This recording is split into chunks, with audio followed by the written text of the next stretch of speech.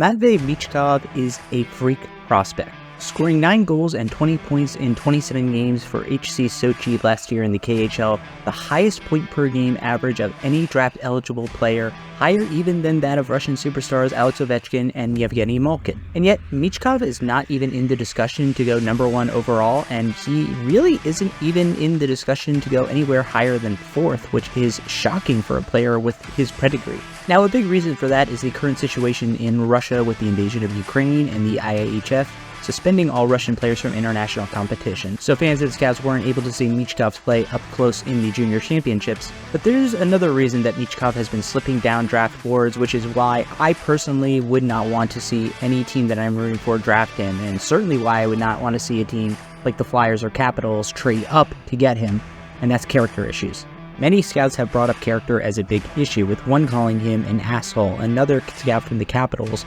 calling him one of the worst players that he has ever seen in terms of how he treats others, another calling him entitled and getting on veteran teammates who won't pass him the puck. While a lot of these have been hand-waved away, to me this is an incredibly concerning thing, because even though you can coach talent, you can't coach character, and if this guy is acting this way around veteran KHL players,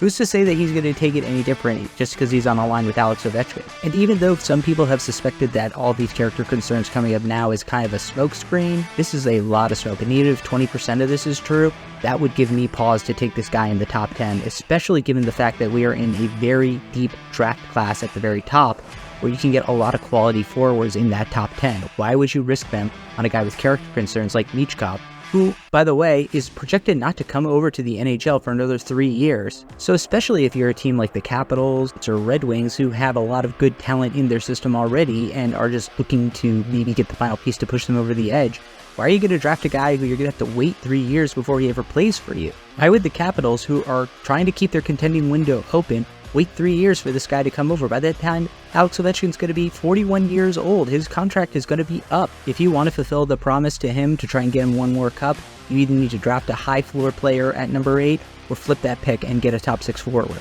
And if you're from a team like the Flyers, who have had such terrible luck with drafting and such franchise instability, why are you going to draft a guy who you're not going to see for 3 years, and potentially that GM won't even be there anymore? In my mind, the San Jose Sharks at 4 do make sense because they have some stability as a franchise, and this would be a chance to get a generational superstar. But for those other teams, I honestly don't think it is worth the risk to take a guy with 3 years not playing in the NHL who has got some serious character concern. We've seen this in the past too with guys like Nail Yakupov, who don't have the best attitude. Even though the talent is there, that doesn't mean they can always put it together. To me, if I'm a top 10 team, I am very wary of drafting Michkov unless you can verify that those issues are a smokescreen. And even then, I'm wondering whether or not it's going to be worth the risk.